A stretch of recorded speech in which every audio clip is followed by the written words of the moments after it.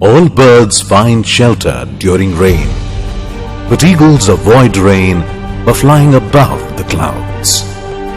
Problems are common, but attitude makes a difference.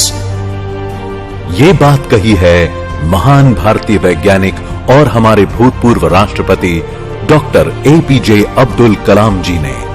उनके कहने का अर्थ यह है कि तूफानों से डरकर सारे पंछी जब अपने घोंसले में चले जाते हैं, तब बाज ही एक ऐसा पंछी होता है जो बादलों के ऊपर उड़ के अपनी उड़ान जारी रखता है। सबके जीवन में मुश्किलें आती हैं, लेकिन उन मुश्किलों को देखने का आपका नजरिया ही आपको जीवन में आगे ले जाता है। और बाज की तरह अलग नजरिया रखने वाले लोगों के लिए धरती मां के प्रति अपना कर्तव्य निभाने का ये सुनहरा मौका है। रिन्यूएबल ऑयल और गैस के क्षेत्र में आपका स्वागत है। यहां आपके पास $1 ट्रिलियन बायोफ्यूल इंडस्ट्री की सबसे उन्नत तीसरी और चौथी पीढ़ी के टेक्नोलॉजी के साथ उद्योजक बनने का एक सुनहरा मौका आया है। आइए सबसे पहले हम ये जान लेते हैं कि इस इंडस्ट्री की आवश्यकता क्यों है। ग्लोबल वार्मिंग या वैश्विक तापमान इस दुनिया की सबसे बड़ी समस्या है। ग्लोबल वार्मिंग इसका प्रमुख कारण है जीवाश्म ईंधन यानी फॉसिल फ्यूल। करोड़ों साल पहले इस धरती पर डायनासोर जैसे जीव रहा करते थे। तब इस धरती पर कहीं अंतरिक्ष से एक उल्का आकर टकराई और पूरी धरती पर भूकंप और सुनामी फैला दी। इस महाप्रलय की वजह से सारे प्राणी और वनस्पतियों का विनाश हो गया और वे सारे धरती में समा गए। धरती के अंदरूनी भाग के बढ़ते दबाव और तापमान की वजह से इन जीवाश्मों का रूपांतर हुआ क्रूड ऑयल और क्रूड गैस में। इन चीजों को धरती से ऑयल वेल के द्वारा निकाला जाता है। क्रूड ऑयल को प्रोसेस करके उससे पेट्रोल, डीजल, गैस जैसे कई चीजें बनाई जाती हैं। इन सारी चीजों का इस्तेमाल हम रोजमर्रा की गतिविधियों में करते हैं और इसके कारण ग्लोबल वार्मिंग की समस्या बढ़ती जा रही है। वैज्ञानिकों का कहना है कि अगर वैश्विक तापमान 2 डिग्री और बढ़ा तो हम ऐसे कालखंड में पहुंचेंगे जहां से वापस आना बिल्कुल ही नामुमकिन हो जाएगा और धीरे धीरे पूरे धरती का विनाश अटल रहेगा। तो इस ग्लोबल वार्मिंग को रोकने के लिए हमें किसी प्रदूषण रहित उपाय की जरूरत है। रिन्यूएबल क्लीन फ्यूल यानी जैविक ईंधन इसका सबसे योग्य और बेहतर पर्याय है। इस जैविक ईंधन का निर्माण करना ही हमारा व्यवसाय है। भारत की आज की सबसे बड़ी समस्या है कचरा या कूड़ा। इस कचरे के कारण मच्छर, मक्खी और उनके द्वारा फैलाए जाने वाले डेंगू और मलेरिया जैसे बीमारियों को हमें कई बार झेलना पड़ता है। हमारे शहरों का कचरा जाता है डंपिंग ग्राउंड में। इस प्रक्रिया में हमारे देश के करोड़ों रुपए भी खर्च हो रहे हैं और साथ ही प्रदूषण और उनसे जुड़ी बीमारियां भी फैल रही हैं। मगर अब आधुनिक तकनीक की मदद से इस समस्या भरे कचरे को रिन्यूएबल क्लीन फ्यूल में आसानी से बदला जा सकता है। ऑर्गेनिक कचरे से जैविक खाद और बायोगैस बनाने की टेक्नोलॉजी और इनऑर्गेनिक वेस्ट से डायरेक्ट क्रूड ऑयल बनाने की टेक्नोलॉजी का आविष्कार हो चुका है और इसलिए इस समस्या का समाधान भी इस इंडस्ट्री से हो सकता है। हमारे देश में किसानों की अनगिनत समस्याएं हैं। इसके कई कारण हैं, जैसे सूखा, बाढ़, अनाज का सही दाम न मिलना। इन समस्याओं से जूझते हुए कई किसानों ने बीते दिनों में आत्महत्या की राह चुनी। आज तक हमारे किसान इस बात से अनजान थे कि उनके पास खेती और अनाज के अलावा भी एक और अमूल्य चीज है। जी हां, रिन्यूएबल एनर्जी का कच्चा माल किसानों के पास ही मिलेगा और इसके कारण आने वाले सालों में किसानों की आय दोगुनी हो जाएगी। इसके साथ ही होने वाले ऑर्गेनिक खेती के कारण हमारे करोड़ों किसानों की अच्छी आमदनी होगी। यही हमारे किसानों की समस्याओं का सही निवारण भी होगा। भारत देश की तीसरी बड़ी समस्या यानी बेरोजगारी है। ये कहीं ना कहीं बढ़ती नजर आ रही है। इसका कारण शायद जनसंख्या हो सकती है, लेकिन इसके अलावा सर्विस और निर्माण उद्योग की भी अपनी सीमा है। इन उद्योगों में इतनी क्षमता नहीं है कि सारे लोगों को रोजगार दे सकें। आधुनिक मशीनों की वजह से काम करने वाले लोगों की जरूरत कम महसूस होती है। वहीं दूसरी ओर डिग्री प्राप्त करके लोग नौकरी की तलाश में निकल पड़े हैं। अब हाल ये है कि लोग ज्यादा हैं और नौकरियां कम।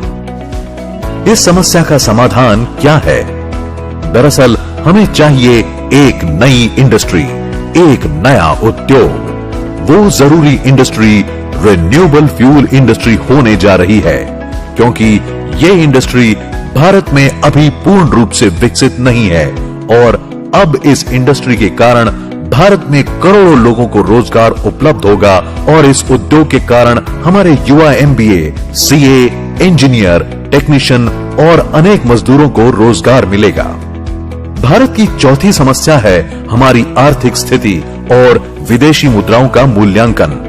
देश की आजादी के समय $1 का मूल्य भारतीय ₹1 हुआ करता था, लेकिन आज की परिस्थिति इतनी बदली है कि $1 का मूल्य आज 70 से 80 भारतीय रुपए हो गए हैं। ये क्यों हुआ? इतना फर्क क्यों? क्योंकि हमारे ईंधन की जरूरत ज्यादा है। हमारी जरूरत का 80% ईंधन हम बाहरी देशों से आयात करते हैं। इसी खरीद में हर साल भारत करीब 8 लाख करोड़ खर्च कर देता है। अगर यही 8 लाख करोड़ रुपए भारत में ही रहकर देश की अर्थव्यवस्था में घूमे तो हमारी जीडीपी में 100 लाख करोड़ रुपए बढ़ जाएंगे। इस तरह हमारा फॉरेन एक्सचेंज बच जाएगा और भारत का कई गुना आर्थिक विकास होगा। हमारा भारत बहुत आसानी से $5 ट्रिलियन इकोनॉमी की तरफ शान से अपने कदम बढ़ा सकेगा, क्योंकि इस इंडस्ट्री की वजह से बताए हुए सारी समस्याओं का समाधान निश्चित होगा ही। इसी के साथ भारत ने जो पेरिस एग्रीमेंट साइन किया हुआ है, उसके तहत भारत को प्रदूषण के स्तर को सन 2005 से 35% कम करने की शर्त को हासिल करने में सुविधा होगी। इसीलिए इस इंडस्ट्री का भविष्य बेहद उज्जवल है।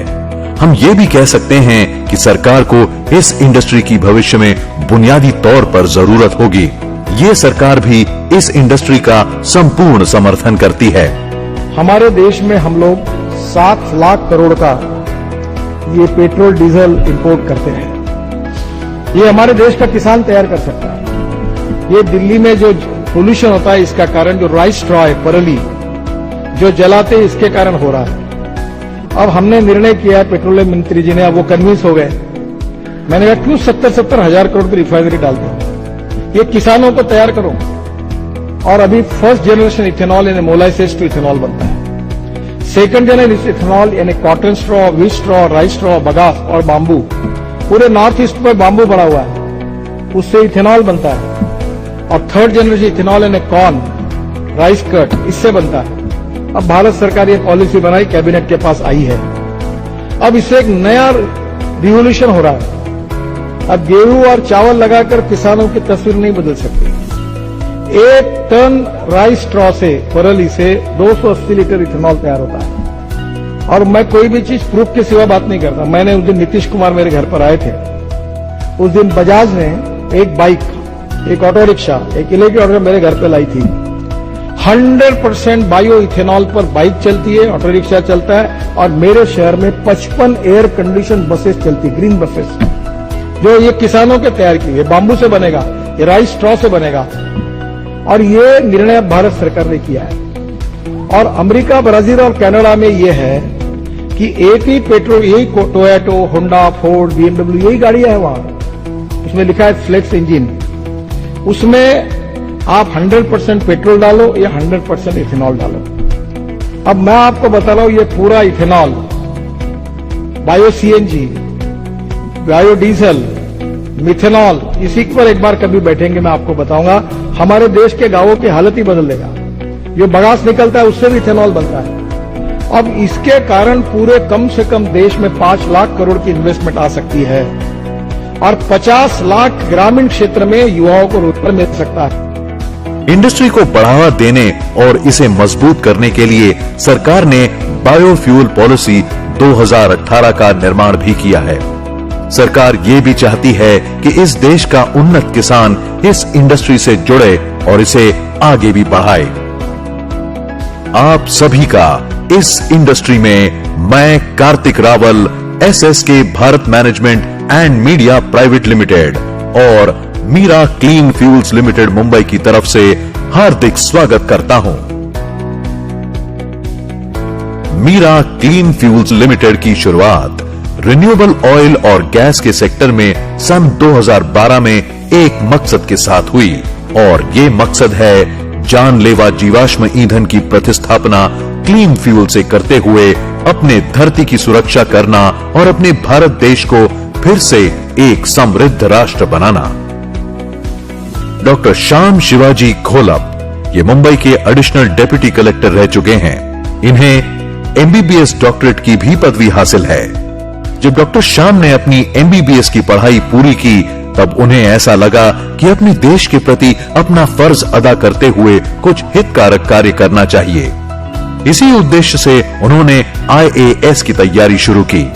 उस दरमियान एक सेमिनार में उनका संपर्क हमारे देश के महामहिम भूतपूर्व राष्ट्रपति डॉक्टर APJ अब्दुल कलाम और उनके वैज्ञानिकों से हुई। वहां उस समय रिन्यूएबल क्लीन फ्यूल के बारे में जो कुछ कहा गया उससे डॉक्टर श्याम को ऐसा लगा कि यही मेरे जीवन का लक्ष्य है। तब से लेकर आज तक अपने जीवन के लगभग 20 साल उन्होंने इसी विषय पर काम करने के लिए न्योछावर कर दिए। उन्हें बेहद अच्छे से ज्ञात है कि इस इंडस्ट्री को आगे कैसे बढ़ाया जा सकता है और उन्होंने इस कंपनी का नाम अपनी माताजी श्रीमती मीरा शिवाजी घोलप के नाम से मीरा क्लीन फ्यूल्स लिमिटेड रखा है। इस कंपनी के और 2 काबिल डायरेक्टर हैं, डॉक्टर लावेश जाधव जो कि MBBS डॉक्टर और डॉक्टर श्याम के बचपन के मित्र हैं। दूसरे डायरेक्टर हैं मिस प्राची ढोले जो कि केमिकल इंजीनियरिंग में गोल्ड मेडलिस्ट हैं। महाराष्ट्र में श्री विलासराव देशमुख जी के मुख्यमंत्री कार्यकाल में बायोफ्यूल नामक हमारे प्रोडक्ट की ट्रायल की गई थी। सीधे शब्दों में कहें तो हमारे वैज्ञानिकों द्वारा बनाई गई उम्दा टेक्नोलॉजी ही हमारी शक्ति है। डॉक्टर श्याम मध्यम वर्गीय परिवार से हैं। बचपन से ही उनका झुकाव पढ़ाई और उन्नत भविष्य की ओर ज्यादा था। इन्हें देश के किसानों और गरीबों के लिए कुछ अच्छा और भरोसेमंद करना था, इसलिए उन सबको इस इंडस्ट्री से जोड़ने की योजना बनाई। इस कार्य की प्रेरणा उन्होंने अमूल मॉडल से ली।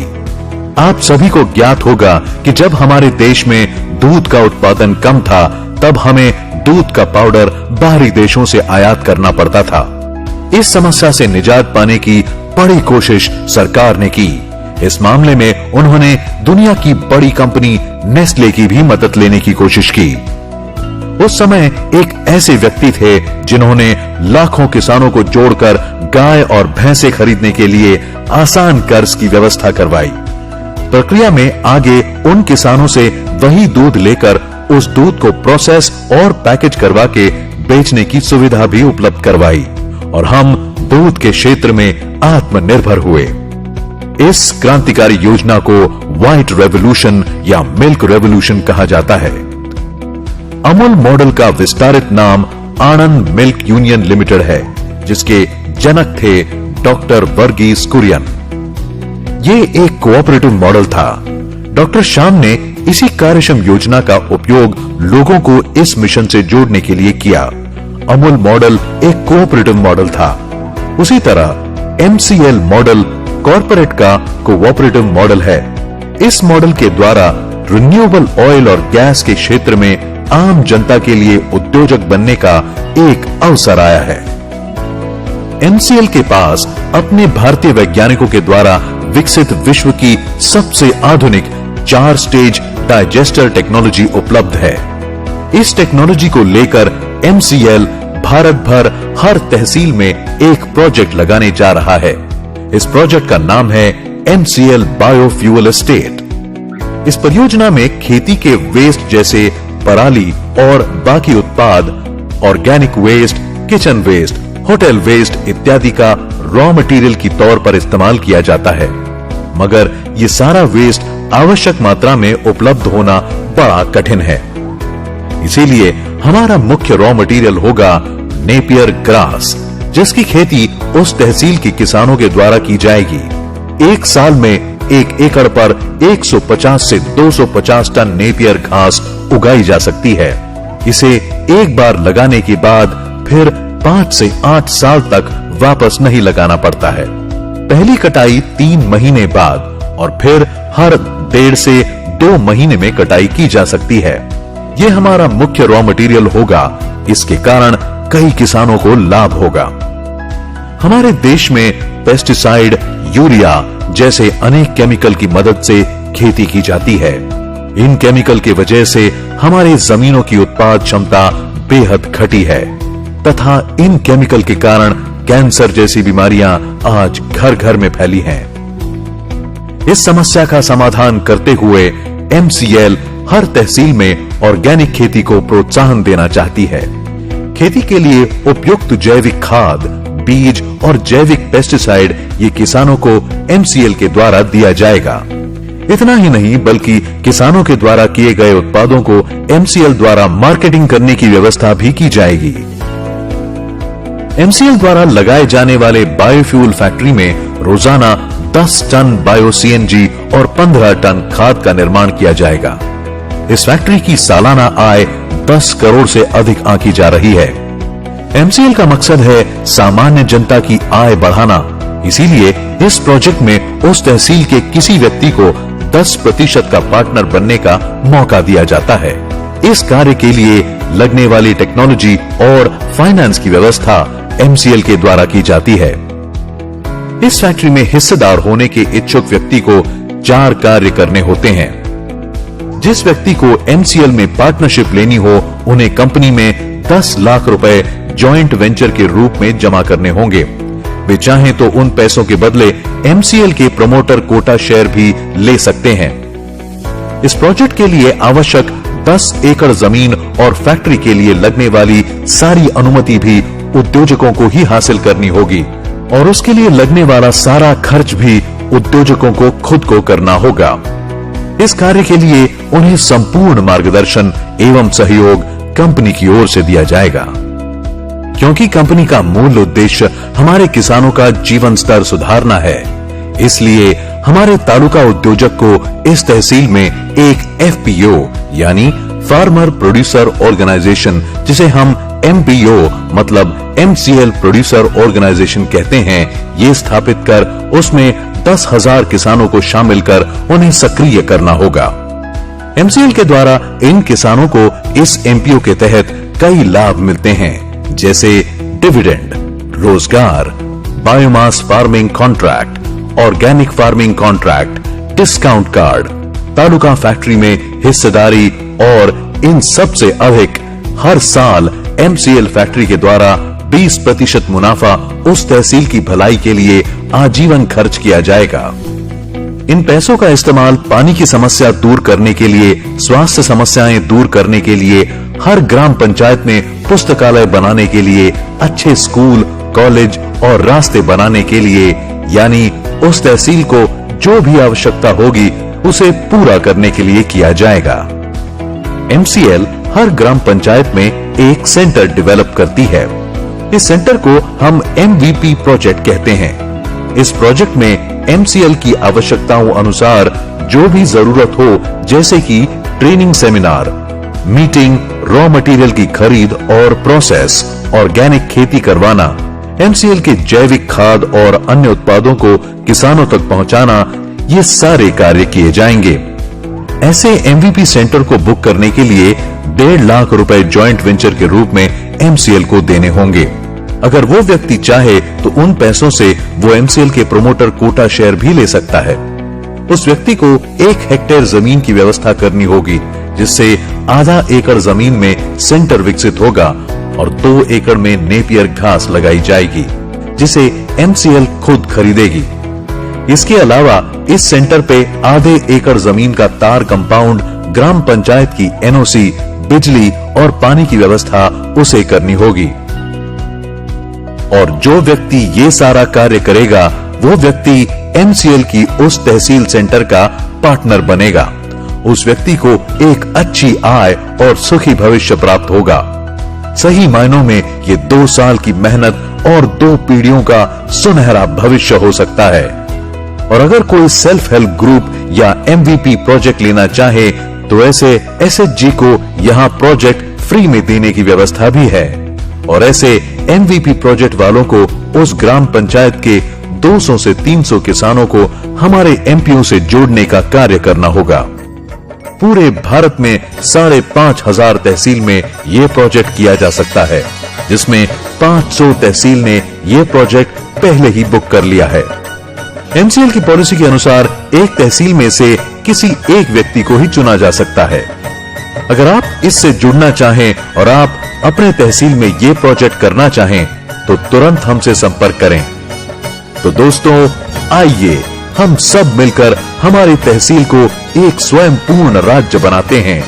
तहसील के माध्यम से जिला, जिला के माध्यम से राज्य और राज्य के माध्यम से हमारे भारतवर्ष का पुनर्निर्माण करते हैं। तो देर किस बात की, आइए अपने भारत देश को फिर से स्वच्छ भारत, आत्मनिर्भर भारत और सुजलाम सुफलाम भारत बनाते हैं।